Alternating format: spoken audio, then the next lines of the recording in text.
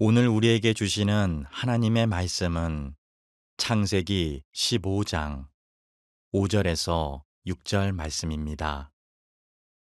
그를 이끌고 밖으로 나가 이르시되 하늘을 우러러 무뼈를 셀 수 있나 보라. 또 그에게 이르시되 내 자손이 이와 같으리라. 아브라함이 여호와를 믿으니 여호와께서 이를 그의 의로 여기시고. 아멘. 유명한 운동선수들을 보면 저마다 독특한 습관을 가진 선수들이 많이 있습니다. 예를 들면 이번 올림픽 남자 농구 MVP에 오른 르브론 제임스라고 하는 미국 선수는 늘 경기에 임할 때 기록석에 있는 분필을 일부러 손에다가 이렇게 잔뜩 묻혀가지고 그 분필 가루를 공중에 확 이렇게 뿌리면서, 그리고 막 자기 스스로 박수를 치면서 경기장에 입장을 합니다. 또 어떤 일본 축구 선수는 오른손으로 자기의 가슴을 막 두드리면서 왼손바닥을 보고 나는 너보다 강하다 이렇게 소리를 치며 입장하는 선수도 있고, 웨이드 보거스라고 하는 미국의 야구 선수는 5시 47분에 운동을 시작하고 6시 47분에 달리기로 워밍업을 끝낸다고 합니다. 참 희한한 습관들을 운동선수들이 많이 갖고 있는데, 옛날에는 이런 것을 징크스라고 불렀고 요즘은 그 선수만의 루틴이라고 부르기도 합니다. 그럼 운동선수들은 왜 저마다 이런 루틴이나 습관들을 가지고 있는 걸까? 그것은 경기를 앞두고 그 경기에 대한 긴장감, 또 내지는 경기에 몰입하려고 하는 자신의 마음을 표현하는 거죠. 경기를 앞두면 최고로 긴장이 됩니다. 근데 그냥 막연하게 경기 시간을 초조하게 기다리는 것보다는 그 기다림의 시간을 더 집중하고 그 기다림의 시간을 잘 활용해서 더 좋은 성적을 내기 위한 자신들의 의지의 표현이라고 보면 됩니다. 결국 지금 제가 거명한 이런 선수들이나 세계적으로 유명한 그 스포츠 스타들은 기다리는 시간을 잘 활용했기 때문에 자기 분야에서 한 시대 최고로 주름 잡는 스타로 올라설 수 있었다. 그러니까 그냥 기다리는 것이 아니라 기다림에도 기술이 필요하고 지혜가 필요하고 기다림을 활용할 줄 아는 사람이 돼야 된다. 우리 인생도 그렇습니다. 하나님은 모든 사람들에게 각각의 뜻과 목적을 두고 계세요. 어떤 사람도 하나님의 뜻과 목적이 없는 사람은 없습니다. 길거리의 노숙자분들이나 저 시골의 어떤 노인들도 다 하나님은 그 각각의 인생의 목적과 뜻이 있어요. 그리고 그 사람을 통해서 하나님께서 이루고자 하는 일이 있습니다. 근데 문제는 하나님이 그 사람을 통해서 뭔가를 이루실 때 하나님의 그 시간표가 있는데 우리는 막연하게 하나님이 그 때를 이루실 때까지 기다려야 된다는 거예요. 그때 인간이 해야 될 몫은 하나님이 우리에게 그 일을 이루실 때까지 기다림을 잘 해야 된다. 그러니까 신앙생활이나 인생살이를 할 때 우리가 어떤 과정까지 그 기다리는 순간을 어떻게 활용해야 될 거냐. 그래서 오늘 설교 제목이 기다림에도 기술이 필요하다. 오늘 창세기 15장을 통해서 이 말씀을 풀어볼 건데요, 오늘 창세기 15장의 얘기는 아브라함의 얘기예요. 아브라함이 75세 때 하나님이 이런 약속을 하십니다. 내가 너에게 새로운 땅을 줄 테니, 또 너에게 많은 자손을 줄 테니 내가 너에게 지시하는 땅으로 가라. 그래서 그 약속을 믿고 아브라함이 75세의 나이에 가나안 땅으로 이주를 합니다. 사실 하나님께서 아브라함에게 여러 가지 약속을 하셨는데 그 여러 약속들 중에 자신의 가슴을 뛰게 하는 하나님의 약속 중에 하나가 너한테 자식을 주겠다라는 약속이에요. 아브라함은 그 약속을 믿고 가나안에 가서 정말 하나님 앞에 축복을 받고 부자가 됩니다. 그리고 그 지역에 굉장히 영향력의 인물이 됩니다. 그런데 아무리 돈이 많고 사람들이 나를 부러워하는 인생이 됐을지라도 아브라함은 시간이 점점 지나면서 마음의 허전함, 공허함, 이 허무함이 점점 커지는 거예요. 왜냐?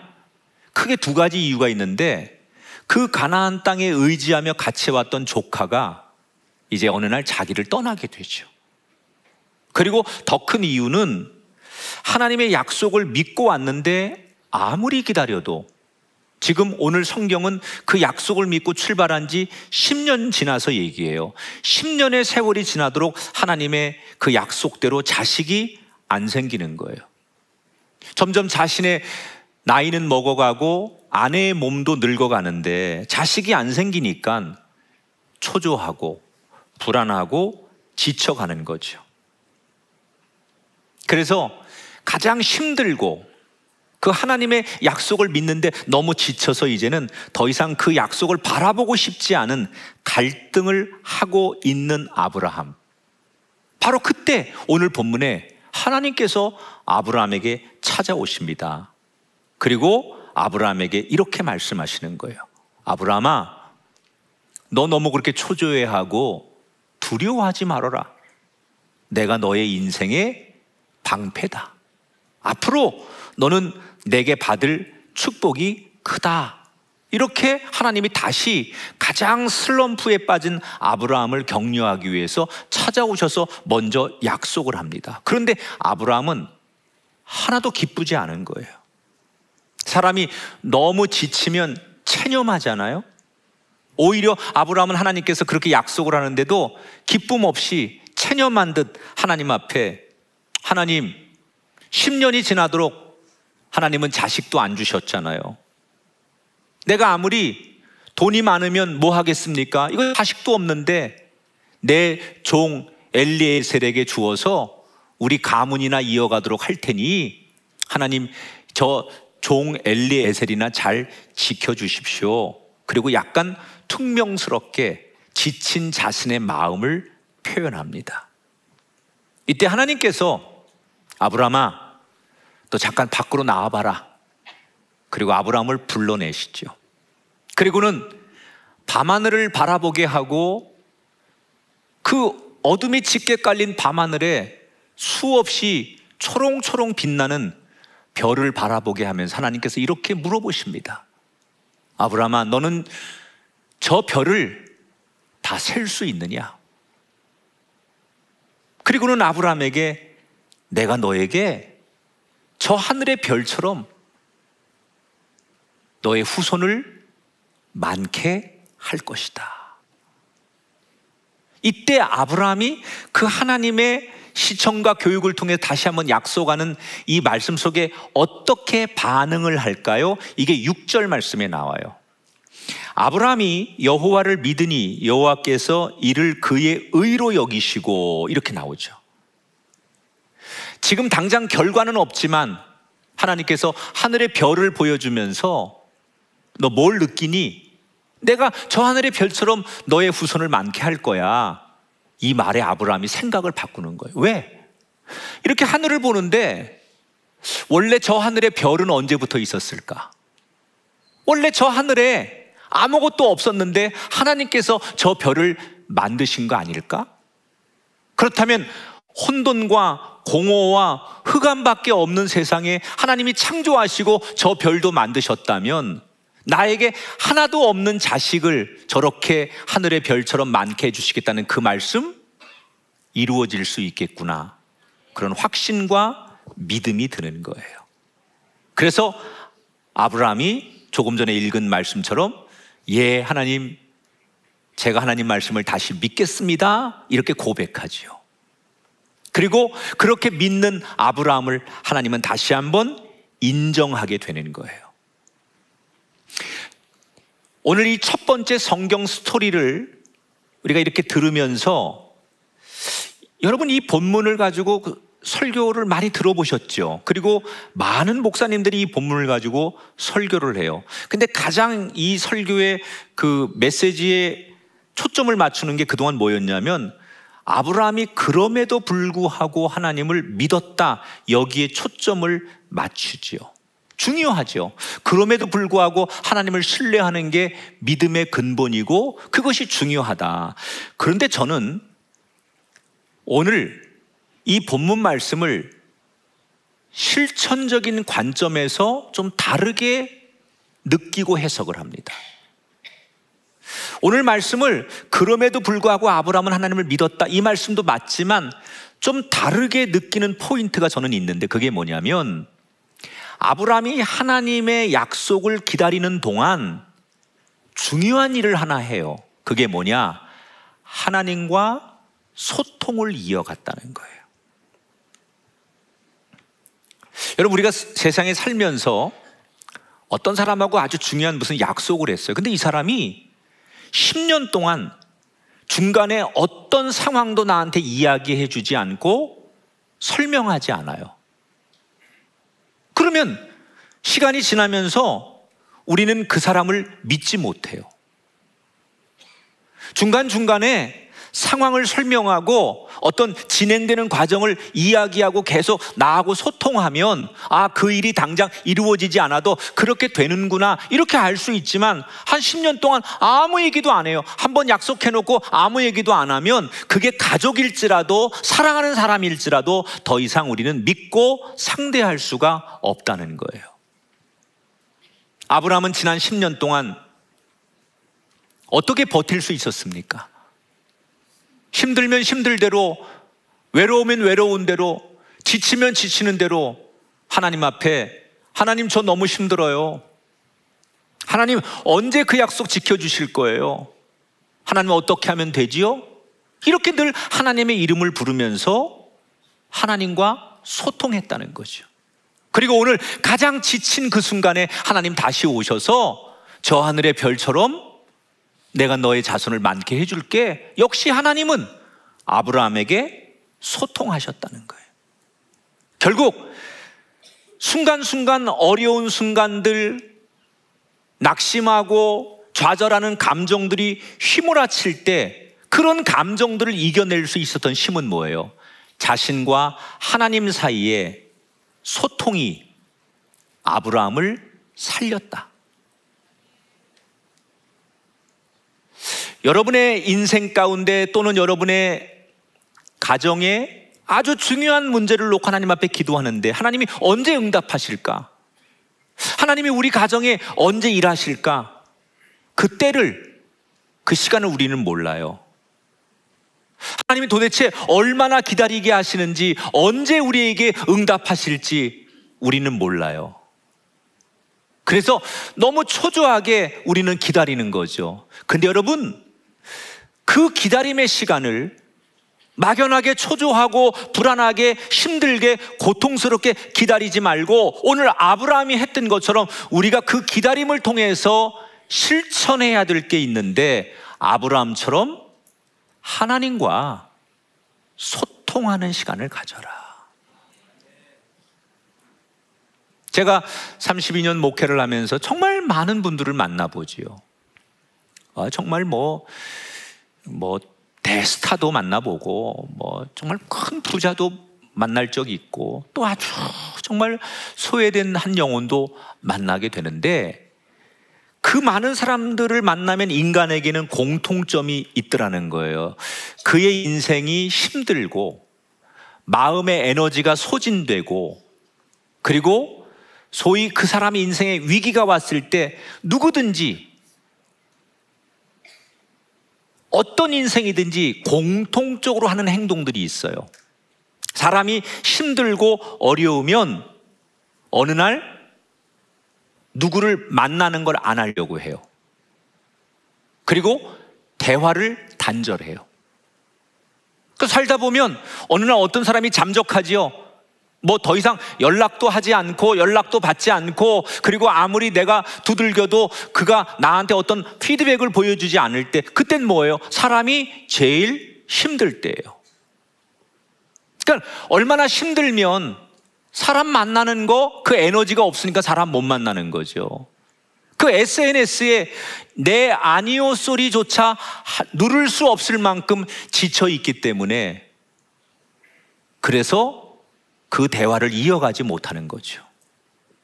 그런데요, 한편으로 이해가 되지만 그렇게 힘들기 때문에 소통을 끊으면 그 사람이 괜찮아지느냐? 아니더라는 거예요. 너무 힘들어서 그 힘이 없어서 아무하고도 대화나 소통을 하지 않고 단절했더니 시간이 지나면서 더 외로워지고 더 힘들어지고 더 지치고 자기 감정에 휘몰아쳐서 결국 그 사람의 인생의 끝이 안 좋아지는 것을 보게 됩니다. 제가 내린 결론은 인간이 인간답게 사는 방법 중에 하나가 뭐냐? 소통을 이어가는 것이다. 유튜브에 가면 켈룩스라는 사람을 여러분 치면 찾을 수 있는데, 이 사람이 기네스북에 도전을 합니다.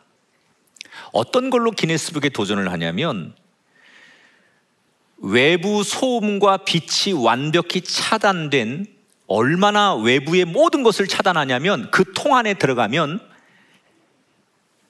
자기의 그 피가 혈관을 타고 흐르는 소리가 선명하게 들리는 그런 방에 들어가서 완전히 불을 끈 상태로 얼마나 오래 버틸 수 있느냐, 이 기록에 도전하는 거예요. 근데 이게 규칙이 있습니다. 우선 그 안에 들어가서 잠들거나 기절하면 탈락이고, 침묵을 하다가 5분에 한 번씩 자신의 상태를 1분 이내로 말을 해야 돼요, 규칙이. 그리고 힘들면 언제든지 포기할 수 있는 거예요. 자, 바깥의 빛과 소리가 완전히 차단된 이 방에서 여러분은 얼마나 버틸 수 있을 것 같습니까? 2019년도까지 켈룩스가 도전하기 전까지 세계 신기록이 67분이었습니다.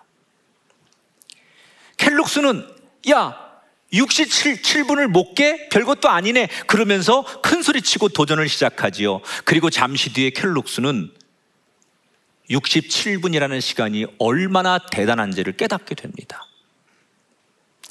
그 룸에 들어간 지 5분 만에 강한 이명에 시달리고 균형 감각을 잃습니다. 그리고 다시 5분이 지나니까 환각과 환청, 그리고 거기에 따른 두려움으로 정신이 깜빡깜빡하는 거예요. 그러나 켈룩스는 그 비몽사몽간에 막 버텨서 1시간 26분을 버티면서 새로운 신기록을 세우게 됩니다. 그리고 다시 3년 뒤 2022년에 무려 4시간 15분이라는 기록을 다시 세워서 기네스북에 올려놓게 됩니다. 그런데 이 켈룩스가 2019년, 2022년 두 번을 도전할 때 공통된 모습이 있었어요. 두 번 다 완전히 넋이 나간 상태였었습니다. 그런데 그 안에서 거의 넋이 나간 상태인데 다시 정상으로 회복되는데 그 시간이 얼마나 걸리느냐, 그리고 어떻게 할 때 회복이 되느냐, 그 통해서 스태프와 대화를 시작했더니 10분 안에 원래의 모습으로 회복이 되더라. 이 켈룩스가 그 방에 들어가서 5분도 안 돼서 균형 감각을 잃고 넋이 나간 이유는 바깥 세상과 소통이 단절이 됐기 때문이라는 거죠. 그런데 언제 그가 정상으로 회복이 됩니까? 다시 누군가와 이야기를 하고 소통이 될 때 그가 온전하게 회복이 되더라는 거예요. 인간은 소통하는 존재다. 그 TV 프로그램에 여러분 그 자연인 그분들 보면요, 인간에게 지쳐서 산에 들어가는 거잖아요. 그런데 난 사람들하고 만나고 대화하는 게 싫어서 산속으로 들어가서 자연인으로 사는데, 그분들 역시 그 산에 들어가서 결국은 개 키우면서 개하고 대화하고, 나무한테 말하고, 꽃들한테 말하고, 자연과 대화해요. 그걸 소통하는 거죠. 소통 없이는 못 사는 거예요. 그리고 더 소통하는 사람은 보면 다 TV 프로그램 보면 라디오 틀어놓고 세상 사는 이야기 들으면서 결국 세상과 그곳에서 소통하면서 사는 거니까, 인간은 어디를 가든 소통하지 않고는 안 된다. 인간이 소통해야만 인간의 존재를 드러낼 수 있다면, 자, 문제는 누구와 소통할 거냐는 거예요. 우리가 소통이라는 게 필요한데 암호하거나 소통해서 되지 않는다는 거예요. 결국 나를 살리고 나에게 유익을 주고 믿을 수 있는 존재와 소통해야 되는데, 여러분 그게 누굽니까? 결국 아무리 생각하고 결론을 내려도 그럴 수 있는 대상은 하나님밖에 없어요. 돈, 권력, 인간, 이런 건요, 기회와 상황에 따라서 얼마든지 변절할 수 있는 거예요. 근데 하나님은 어떤 존재입니까? 어제나 오늘이나 영원토록 변치 않으시는 분. 그러니까 우리가 누구와 소통을 해야 하냐는 거예요. 이 외롭고 정말 적막하고 아무도 믿지 못하고 온통 불신의 세상에 내가 의지하고 내가 소통할 수 있는 대상은 우리가 살아보면 살아볼수록 하나님밖에 없다. 그럼 그 하나님과 우리가 소통을 어떻게 해야 되느냐? 그게 바로 기도라는 거예요. 하나님의 이름을 부르고 하나님 앞에 내 마음을 쏟아내는 것, 그게 하나님과 소통하는 것이다. 제가 얼마 전 은퇴하신 목사님 부부하고 차 한 잔을 하게 되었어요. 이 목사님 부부는 오랫동안 평생을 작은 교회에서 고생하다가 은퇴를 한 5년 남겨놓고 겨우 교회가 부흥한 자립이 된 상태에서 은퇴를 하신 거예요.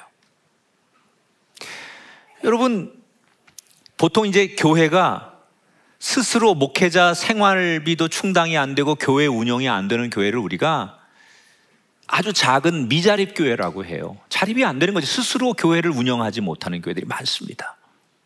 근데 이분도 평생을 목회하면서 교회가 한 번도 자립하지 못하다가 은퇴 5년 남겨놓고 겨우 자립이 됐는데 또 교단의 제도에 의해서 70에 은퇴를 하신 거예요.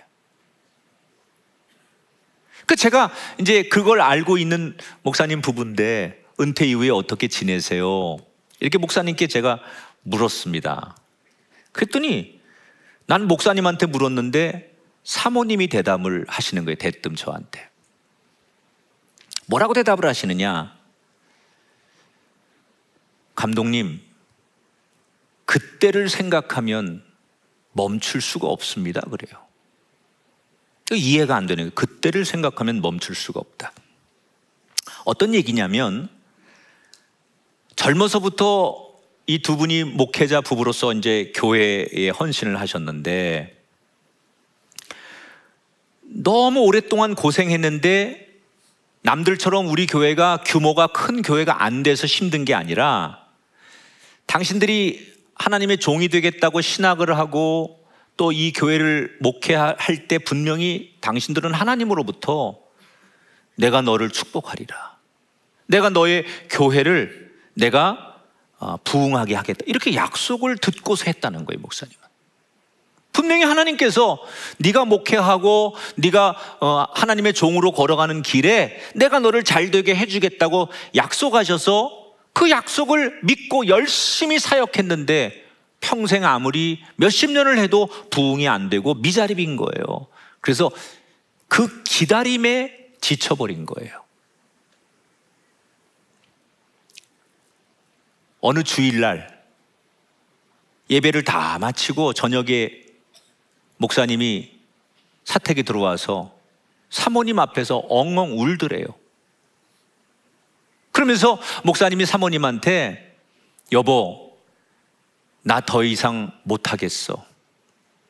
우리 목회 여기까지만 하자. 그날 밤 울면서 목사님이 그러더래요. 그 사모님은 그 목사님의 그 고백이 무슨 뜻인지 아는 거예요. 자식들을 제대로 부모로서 뭔가 자식에게 뒷받침 하나 해주지 못하고 남편으로서 아내에게 너무 미안하고 또 그 몇 명 안 되는 개척교회 성도들에게도 너무나 목사로서 미안함. 근데 그때 목사님의 나이가 50대 중반이었답니다. 더 늦으면 안 될 것 같으니까 그날 울면서 사모님한테 더 이상은 못할 것 같으니 목회를 접자고 얘기를 하더래요. 근데 사모님이 너무 자신도 울컥하는데 같이 울면 안 될 것 같아서 그 슬픔을 꾹 참고 목사님한테 이렇게 얘기했대요. 여보, 하나님께서 우리에게 약속하지 않았느냐? 하나님이 분명히 약속했으면 하나님 그 약속을 지키실 텐데 여기까지 기다렸으니까 조금만 더 기다려 봅시다. 그러면 사모님이 내일 아침부터 우리 새벽에 평상시에 기도하던 것보다 5분 더 기도하고 저녁에 잠자기 전에 평상시보다 10분 더 기도합시다. 그러면 하나님께서 뭔가 감동하셔서 약속을 지키시는 걸 우리가 보게 되지 않겠느냐고 사모님이 그랬대요. 그래서 겨우 목사님이 사모님에게 용기를 얻어서 다음날 아침부터 5분 더 기도하고 저녁에 10분 더 기도하기를 얼마를 더 했느냐? 그때부터 10년을 더 한 거예요. 그래도 10년 동안 아무것도 변하지 않아요. 그런데 이제 은퇴를 몇 년 안 남겨놓고 교회가 겨우 자립을 하기 시작한 거예요. 그래서 이제 비로소 교회가 교회로서 이제 뭔가 이렇게 구성이 돼 가는데 이제 나이가 먹었으니까 법적으로 은퇴를 하는 거예요. 근데 결국 하나님이 그 10년 동안 자신들을 기도하게 하시고 결국 하나님의 시간표대로 약속을 지키시는 것을 보면서 그 마지막에 마무리가 자신들에게 너무 행복했다. 그럼 사모님이 저한테 그래요. 감독님, 우리가 기도하면서 눈물로 버텼더니 결국 하나님께서 약속을 이루시는 것을 봤습니다. 그래서 내가 100세 시대를 사는데 남은 제2의 인생을 하나님께서 어떻게 나를 쓰실지 모르니 우리는 여전히 기도하면서 또 하나님이 계획하신 그 시간표를 기다리고 있습니다. 나이가 들고 은퇴하고 멋있게 노년을 사는 분이 있다는 얘기를 제가 소문을 들었는데 이 부부가 그런 것 같더라고요. 너무 멋있는 고백이에요. 저는 이 목사님과 사모님의 고백이 우리의 고백이 되기를 축원합니다. 하나님은 우리를 향한 뜻이 있습니다. 그 뜻은 반드시 때가 되면 이루어질 것입니다. 우리가 그때를 잘 기다려야 되는데 어떻게 기다려야 되느냐? 막연하게 기다리지 말고 바울이 말한 것처럼 쉬지 말고 기도하며 하나님과 소통을 이어가며 그 기다림의 시간을 축복의 여정으로 만들 수 있기를 축복합니다. 우리는 그 기다림이 지치니까 친구나 사람이나 누구를 만나서 그 세상 사람들로부터 기다림의 위로와 보상을 받고 싶었지만 그게 시간이 지나면 우리에게 진정한 위로가 되지 않았다는 걸 다 경험하는 거예요. 사람이 우리에게 보상과 위로를 주지 못해요. 결국 아름다운 충만한 은혜를 주는 것은 하나님과 소통을 이어갈 때 그 기다림의 시간까지도 의미 있는 시간이 될 줄 믿습니다. 자, 하나님께서 아브라함에게 자식에 대한 약속을 하시고 한 가지를 더 약속하시죠. 내가 자식만이 아니라 이 땅을 너에게 주겠다. 그러니까 아브라함이 두 번째 이 땅을 너에게 주겠다는 이 하나님의 약속에 이렇게 대답합니다. 하나님, 내가 하나님 그 약속을 어떻게 믿을 수 있습니까? 그랬더니 하나님께서 그래? 내가 증명해 줄게. 그러면서 아브라함한테 나한테 제사를 준비해라. 이렇게 명령하십니다. 아브라함이 하나님 말씀하신 대로 즉시 제사를 준비하죠. 암소와 암염소, 숫양, 이게 다 구약시대 제물로 바쳐지는 거잖아요. 제사를 드릴 때 이걸 잘 준비해서 반으로 쪼개서 서로 마주 보게 가지런히 놓습니다. 제단 위에다가 제사를 드리기 위해서 그렇게 제물을 가지런히 질서 있게 놓는 거예요. 이제 하나님 앞에 이렇게 제사를 준비하고 제사를 드리면 하나님께서 내가 너한테 약속한 것을 네가 예배를 드리는 동안 증명해 보일게 하나님이 그러시는 거예요. 그래서 하나님이 언제 오실래나 어떻게 약속을 지키실까 이걸 기다리고 있는데 그 사이에 오늘 성경에 한 가지의 해프닝이 일어나요. 11절에 보니까 솔개가 그 시체 위에 내릴 때 아브라함이 쫓았더라. 자, 하나님의 제단 위에다가 가축을 이렇게 쪼개서 펼쳐 놓으니까 솔개, 독수리, 이 맹금류들이 먹이라고 생각하고 냄새를 맡고 와가지고 이 하나님 앞에 바칠 제물들을 쪼아 먹으려고 하는 거예요. 그러니까 아브라함의 입장에서는 이건 하나님 앞에 제사 드리려고 내가 준비한 건데 새들이 와서 먹으려고 하니까 그 새들을 자꾸 쫓는 거죠. 어이! 그리고 하루 종일 제물을 준비해 놓고 새들을 쫓느라고 지치는 거예요.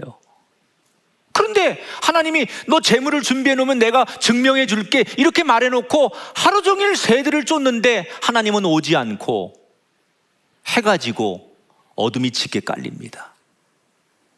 하루 종일 하나님을 기다리다가 그 새와 씨름하느라고 지쳐버린 아브라함은 피곤했는지 그 자리에 잠이 들게 됩니다.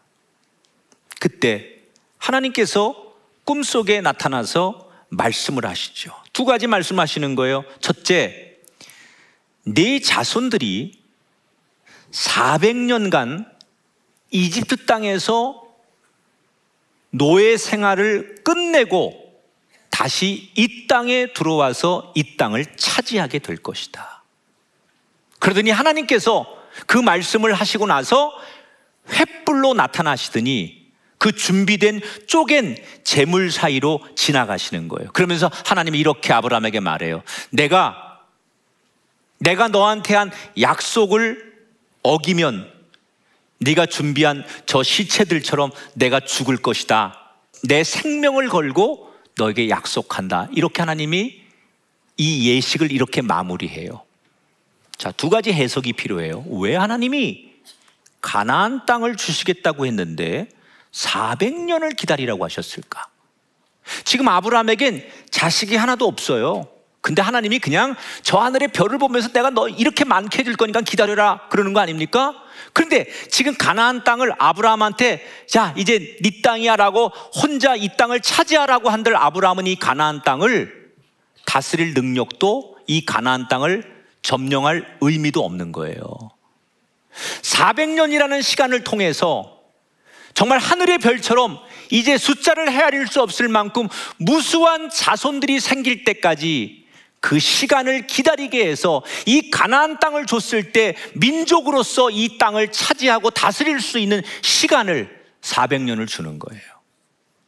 물론 그들이 하나님을 거역하고 하나님 없이도 우리가 모든 것을 할 수 있다고 생각하는 그들의 어떤 신앙적인 생각들을 바로잡기 위해서 이집트의 400년이라는 고난의 시간을 다시 허락하는 거예요.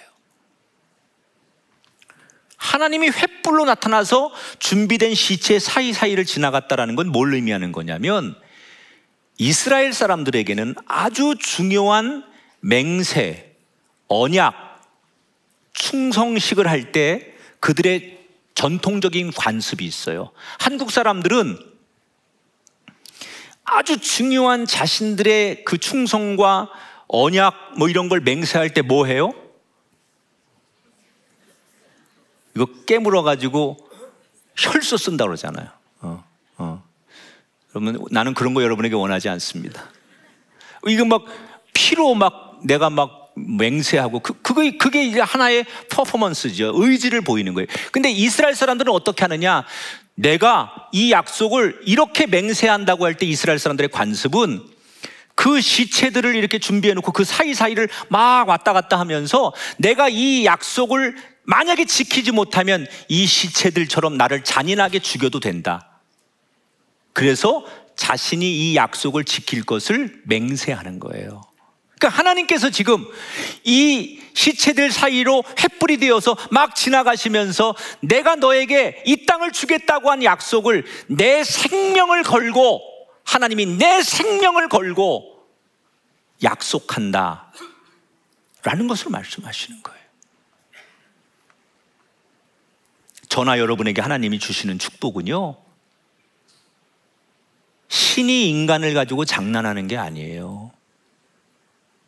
하나님은 당신의 생명을 걸고 우리를 구원하시는 거예요.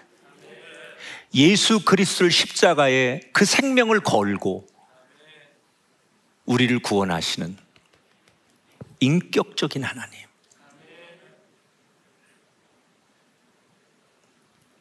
자, 오늘 이야기가 이제 이렇게 끝이 나요. 정리해 볼까요? 하루를 시작할 때만 해도 아브라함에게는 하나님께서 너 재물을 준비해, 내가 너한테 증명해 줄게. 그래서 그 하루는 아브라함에게 기다림과 괴로운 시간이었어요.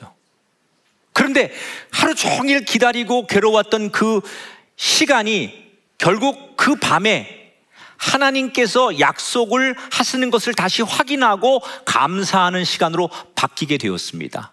분명히 아침부터 저녁까지는 기다림과 괴로움이었던 그 시간이 어떻게 그 밤에 감사와 확신의 시간으로 변할 수 있었을까? 그 이유가 뭔지 아십니까?